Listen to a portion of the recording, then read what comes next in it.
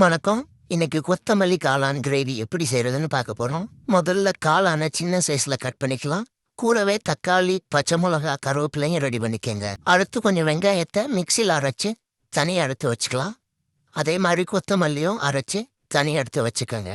இப்போ கட் பண்ணி வச்சிருக்க மஷ்ரூமை பட்டரில் போட்டு ஃப்ரை பண்ணிக்கலாம். உங்ககிட்ட பட்டர் இல்லைன்னா நெய் யூஸ் பண்ணிக்கலாம். ரெண்டுமே இல்லைன்னா ஆயில் யூஸ் பண்ணி மஷ்ரூமில் இருக்க தண்ணி போகிற அளவுக்கு நல்லா ஃப்ரை பண்ணி எடுத்துக்கோங்க. நெக்ஸ்ட் அதே கடாயில் எண்ணெய் ஊற்றி சோம்பு நம்ம அரைச்சி வச்சிருக்க வெங்காயத்தையும் சேர்த்துக்கலாம். வெங்காயத்தில் இருக்க பச்சை வாசனை போனதுக்கப்புறம் அதில் உப்பும் இஞ்சி பூண்டு பேஸ்ட்டும் சேர்த்து கூடவே பச்சை மிளகா, தக்காளி, கருவேப்பிலை சேர்த்து நல்லா வதக்கிடுங்க.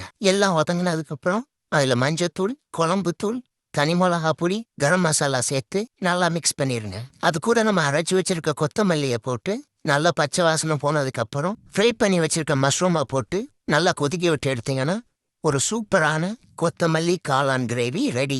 நன்றி, வணக்கம்.